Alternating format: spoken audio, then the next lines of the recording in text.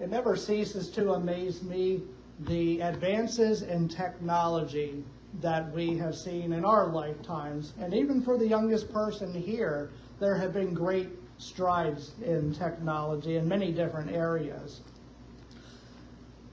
They say that, technology keeps doubling every so many months. I'm not sure what that statistic is, but we can see it happening. The book of Daniel in the Bible actually tells us that near the end, there will be great advances in technology. I can't help but think we might be living through part of that now, though we don't know how long that is going to last, what Daniel had in mind. But the more advanced we get in technology, I think one of the unfortunate side effects of that is that we might look down upon the centuries prior and the advancements that made possible what we have experienced in our lives. What I mean by that is we might think that the 1900s or even the 1800s, they were living in the dark ages then, and they weren't. Telephones weren't invented until the 1870s. So there was a lot going on that the 1800s alone saw in regards to advancements. Medically speaking, I don't know if you're aware of this, in the 1800s, they were using aspirin and morphine. They were also fitting people for electronic hearing aids in the 1800s. Now, of course, these things have evolved over the years. They were also doing blood transfusions, and they actually performed open heart surgery in the 1800s in this country. I don't know if we realize that. That's pretty remarkable for the 1800s and what we think of in regards to it.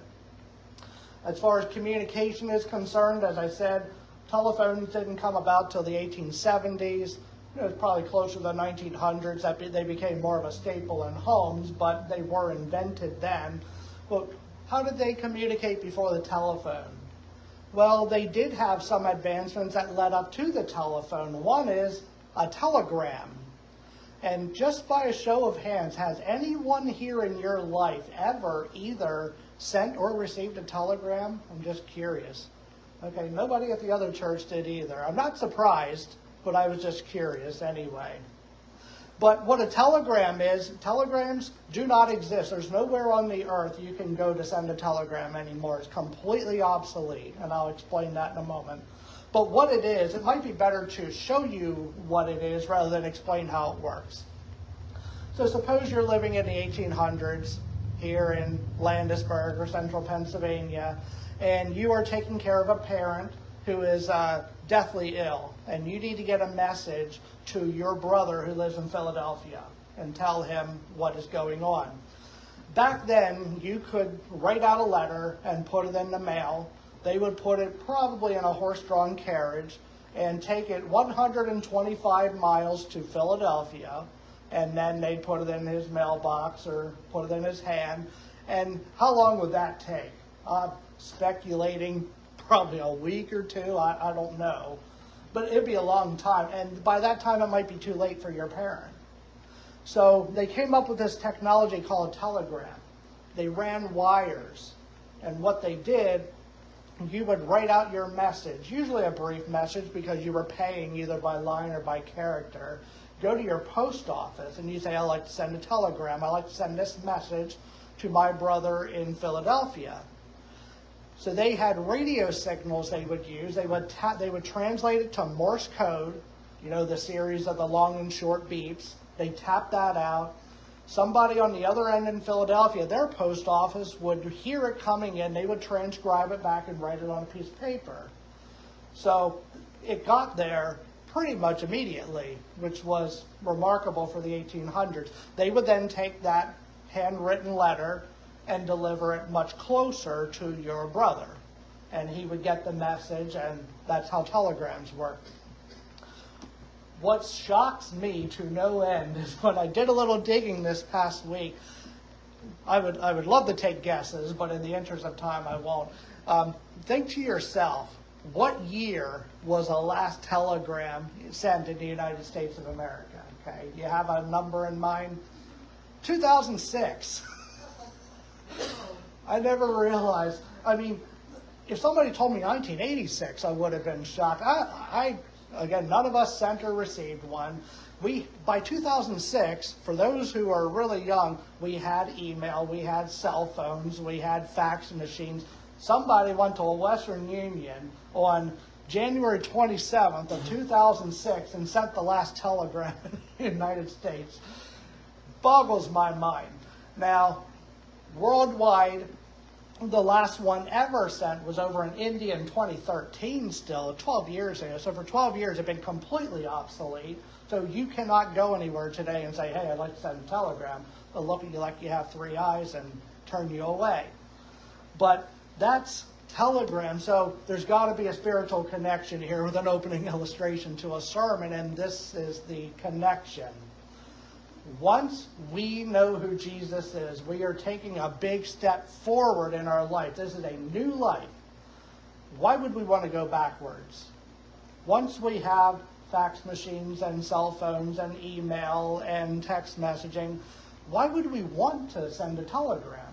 It doesn't make any sense at all.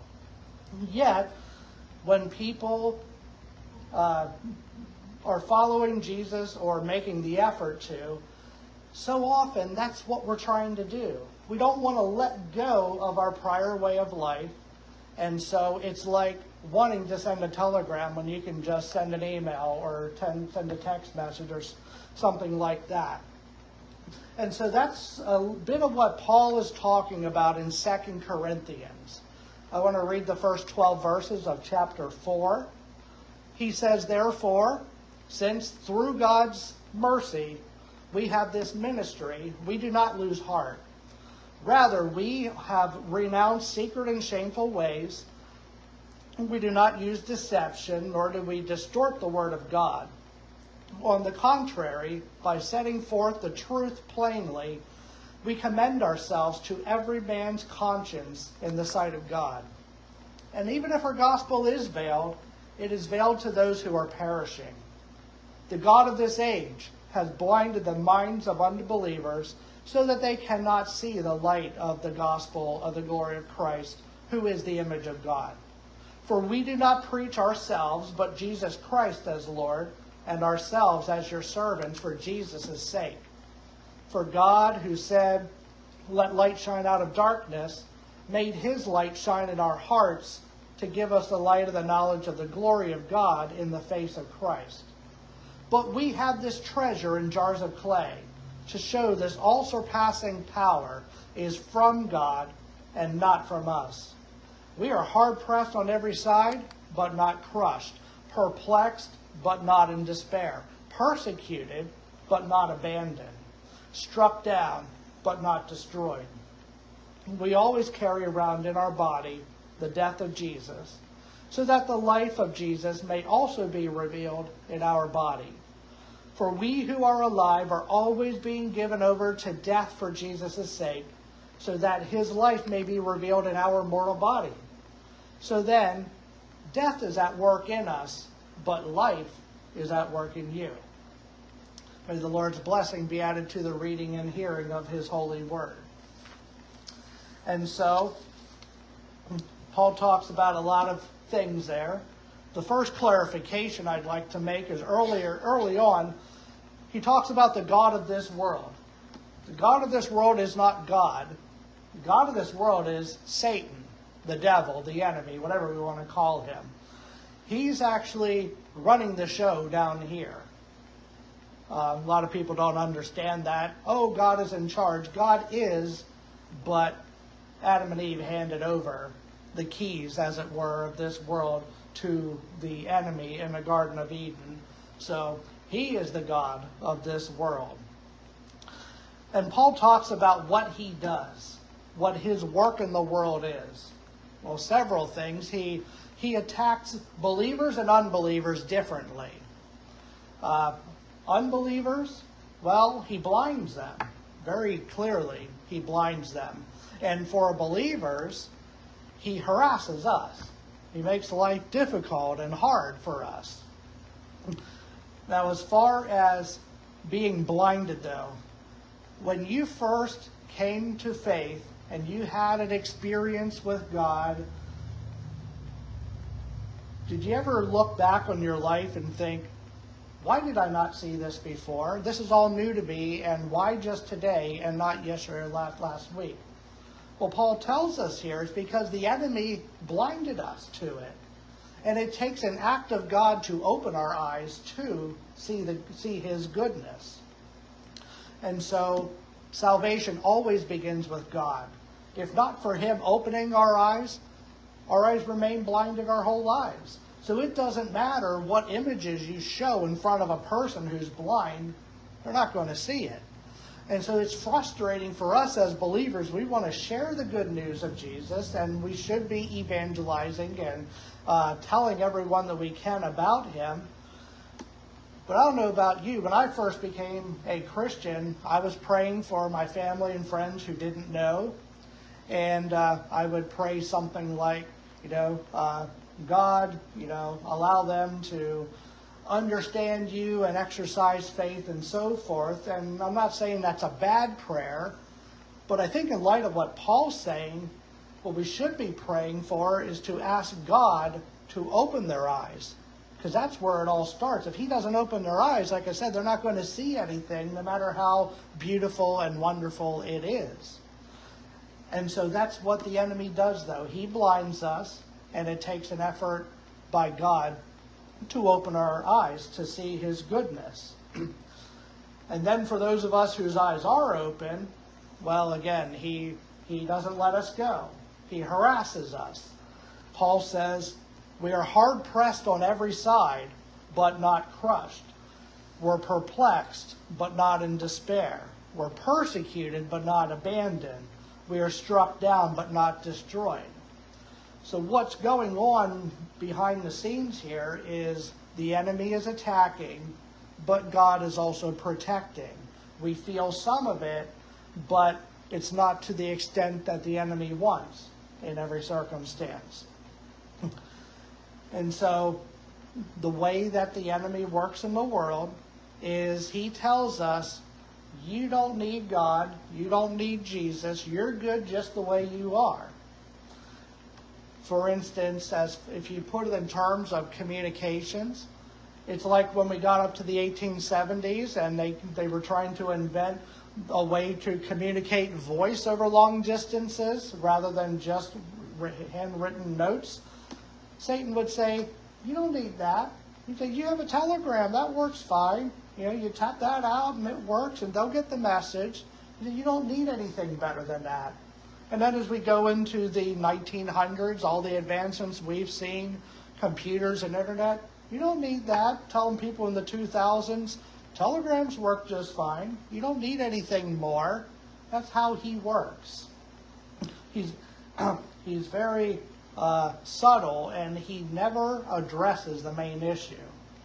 What I mean by that is the enemy will tell us, you can be a good person without God. You can be generous without God. You can help other people without God. And you know what? From a human perspective, that's true. And a complete, absolute atheist might turn on the TV and see what's happening in Texas and just be moved to donate $1,000 to the Red Cross for the rebuilding efforts. He does that without God leading him, and he did a good thing. But when the enemy tells us you can do all these things without Jesus, that's not the issue. He's changing the issue, changing our focus. Because the issue is what happens on Judgment Day. When we all stand in front of God and we say, well, remember back in 2025 when I gave a lot of money to the Red Cross, I did a good thing. That's, believers whose eyes are open, we can see that our best works are like filthy rags, as the Bible puts it. We know that we do not want to stand in front of a righteous and holy God on Judgment Day based on any of the things we've done. We know that we need someone to stand in our place, and that is where Jesus comes in. Yet the enemy doesn't want to tell us about that. He doesn't want us thinking about Judgment Day. He just says, you can live for the moment however you want, and you don't need God to do good things. You're already a good person. And so that's how he operates, of course. And so we need to be aware of how the enemy works. That way we can combat him in our efforts in the world. Once your eyes are open to the goodness of the gospel, well, this is where Paul starts talking about treasure. And it's a little vague what the treasure is. I think it's pretty clear, though, when you read him, that the treasure is the gospel. That's the good news of Jesus. He says, we have this treasure stored up in jars of clay. Well, what does that mean for us here in the 21st century? We don't really use jars of clay anymore, but 2,000 years ago they were very common. They were so cheap and they were so available that even the poorest of the poor, if you had a home, you had jars of clay. They were that cheap. They were helpful, though. You had to store stuff, store food, store, whatever. So what's Paul talking about here with treasures and jars of clay? What's this supposed to mean to us? It's a humble metaphor. He's saying, I don't add anything to the gospel truth. The gospel speaks for itself. The treasure is the gospel, and it is stored in this run-of-the-mill, cheap jar of clay. I brought a visual aid along this morning. You might be familiar with these things. Chinese takeout container. We get a fair amount of Chinese food, at my house. And so these things are actually helpful. Now, if you are in a different tax bracket than I am, you might throw these things out. But we clean them up and we use them for leftovers. Or if you had little kids around the house, you can put like little toys and Legos and all that, if the original package is lost. So they can be helpful. So we got a ton of these. And so, but we know they don't last forever. They're cheap. That's why the Chinese place, they're just giving them out. They don't charge you extra for the container. It's built into the price. In time, they will chip, they will crack. What do I do? Oh no, what do I do? I don't have anything now. I throw it out, I go order more Chinese food, and I got another spare container. That's how it works in my household anyway. This is like a jar of clay. So common, so cheap. And Paul's saying, this is us.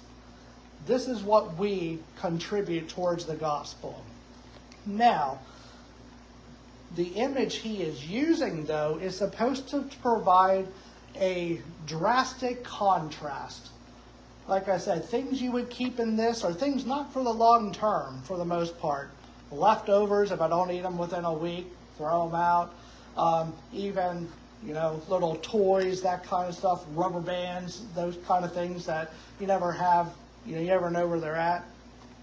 Well, the thing is, whenever you have these, you're probably not going to store anything of great value in these. They're not secure. Somebody breaks into my house and I'm keeping $10,000 cash in one of these under my bed. Someone goes and looks under my bed. Oh, how am I going to get that out? Well, pretty easy. You just open it up. Valuables, I keep in a fire safe box. I keep in something under lock and key. Not in something like this.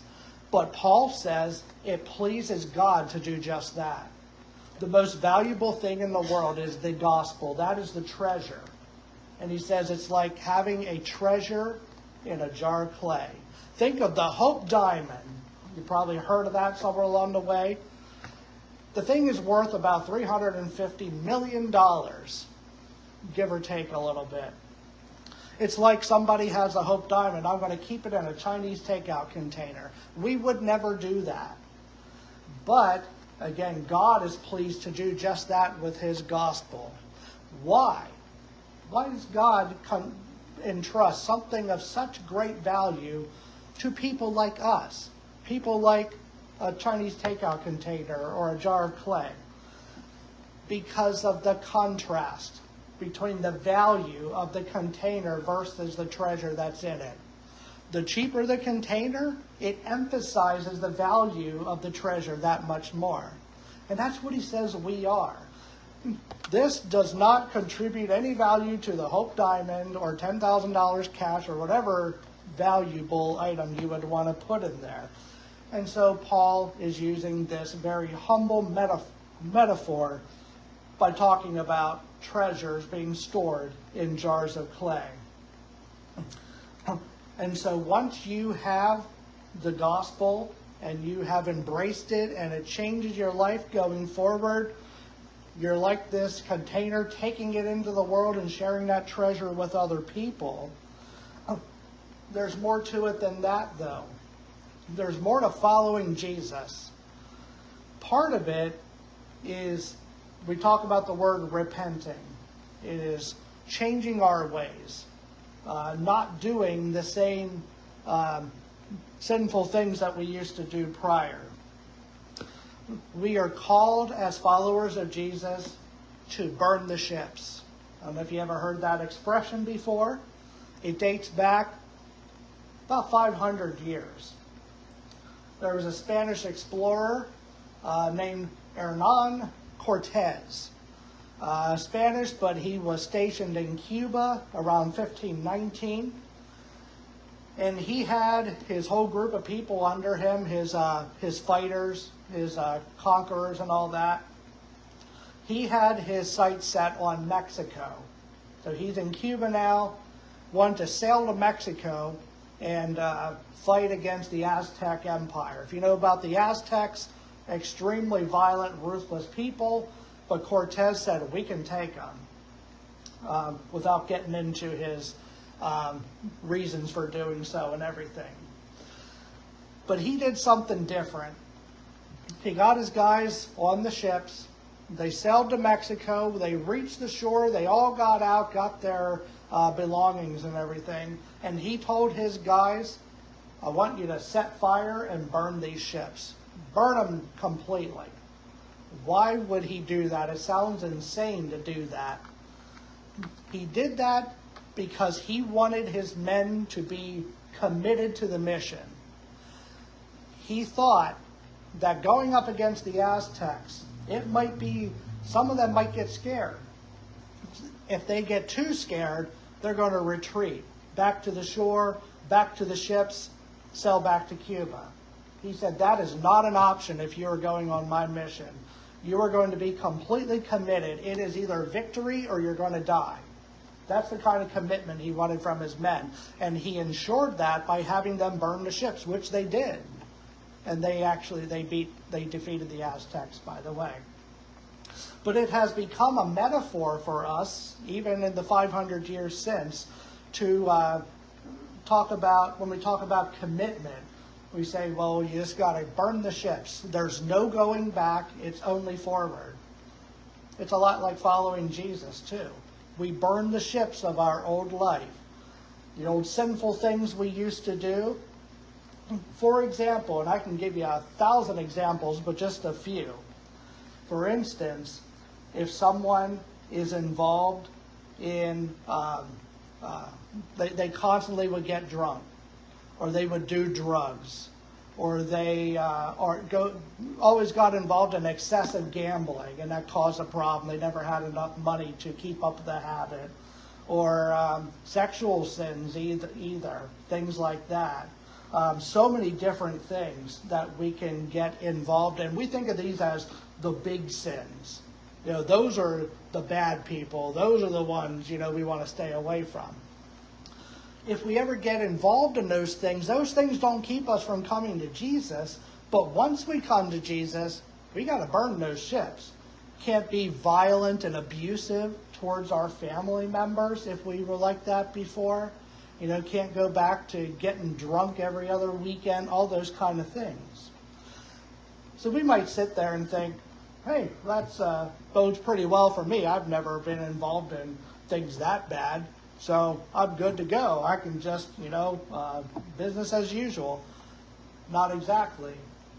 Because most of the ships that we need to burn in our lives are very subtle in nature.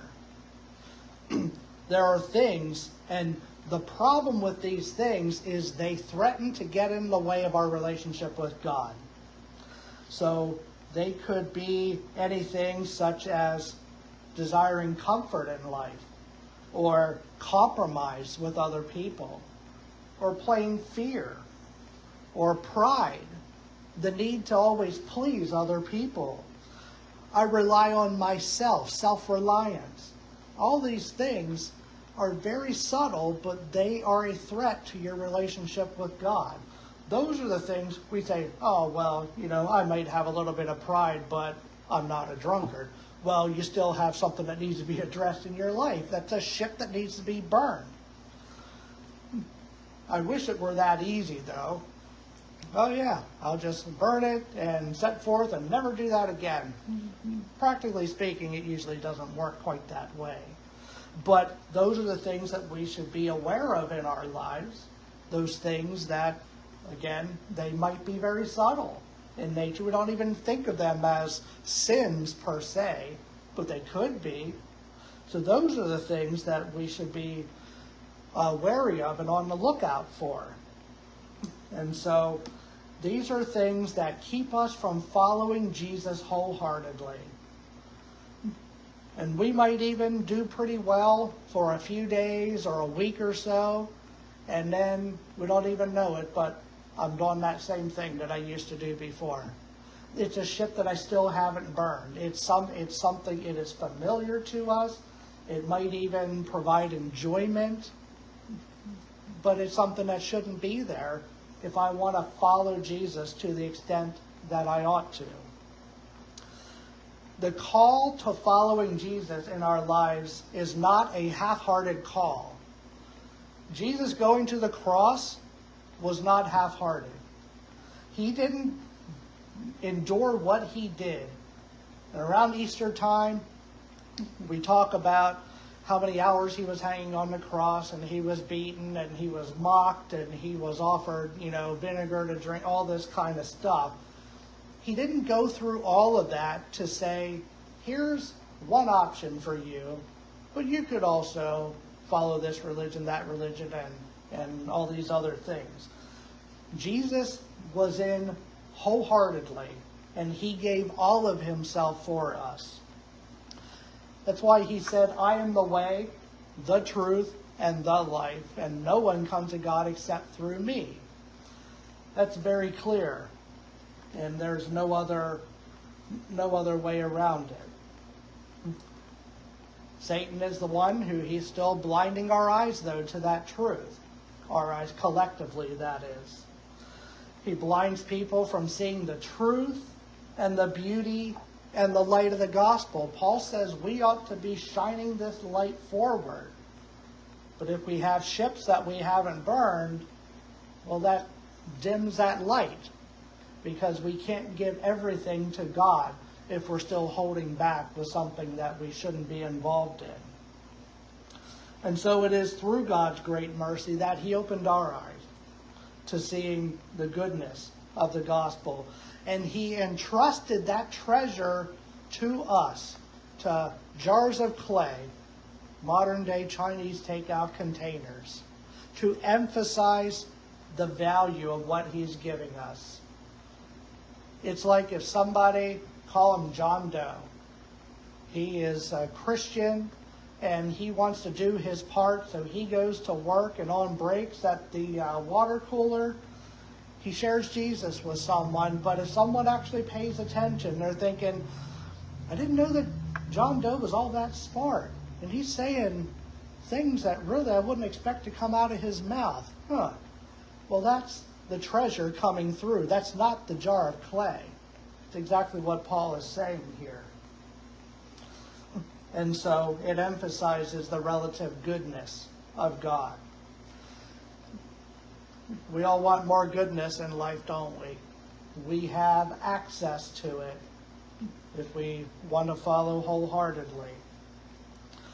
I encourage you to burn the ships that you haven't burned already. We know what they are.